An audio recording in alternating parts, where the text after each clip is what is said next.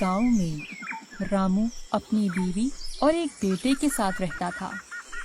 रामू की एक छोटी सी दुकान थी जहां वो समोसे बनाकर बेचता था। रामू का बेटा बाबू भी अपने बाप के साथ दुकान पर काम करवाता था। एक दिन बाबू की माँ ने कहा, अब बाबू बड़ा हो गया है, अब हमें उसकी शादी कर देनी चाहिए। माँ, मुझे साथ वाली पड़ोसन लाली बहुत पसंद है, मुझे उसी से शादी करनी है। नहीं नहीं, वो लड़की मुझे बिल्कुल नहीं पसंद, तुम्हारी शादी मैं उस लड़की से बिल्कुल नहीं करूंगी। हाँ, वो लड़की तो हमारे बेटे के साथ अच्छी भी नहीं लगेगी। मुझे शादी करनी है तो उसी से करनी है, वरना मैं शादी ही नहीं करूंगा। बाबू अपने माँ बाप का इकलौता बेटा था, इसलिए आखिर रामू और उसकी बीवी बाबू की जिद मान ही लेते हैं। इस तरह बाबू और लाली की शादी हो जाती है। रामू और उसकी बीवी कभी भी लाली को बहू की नजर से नहीं देखते थे। एक दिन रामू बहुत बीमार पड़ गया, जिसकी वजह से बाबू और उसकी माँ बहुत परेशान हो गई। बाबू बोला, मैं अकेले दुकान कैसे चलाऊंगा? बेटा, मैं चलने की हालत में नहीं हूँ।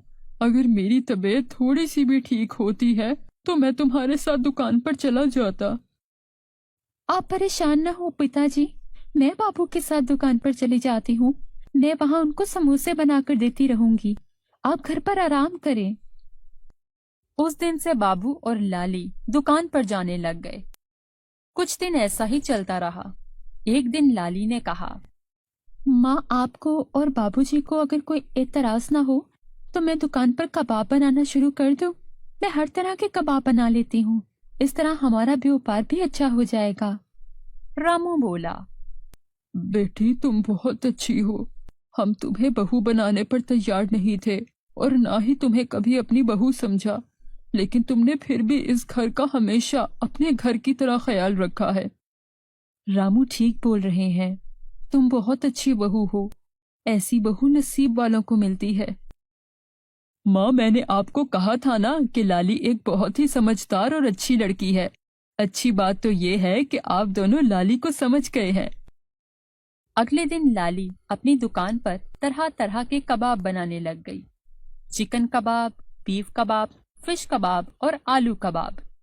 उस दिन जिसने भी कबाब खाए बहुत पसंद किए। इस तरह दुकान पर रश और भी बढ़ने लगा और बहुत ही कम वक्त में उनकी दुकान का बहुत नाम बन गया और उनको उस दुकान से खूब मुनाफा हुआ। रोज का जो भी मुनाफा होता लाली वो जाकर अपनी सास के हाथ में देती, जिससे उन्होंने रामू का इलाज करवाया। रामू की तबीयत ठीक होने के बाद रामू भी दोबारा दुकान पर जाने लग गया।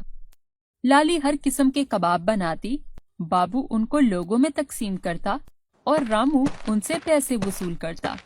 इस तरह उनका ये व्यापार बहुत अच्छे तरीके से चलने लग गया और वो सब मिलकर हंसी खुशी रहने लगे।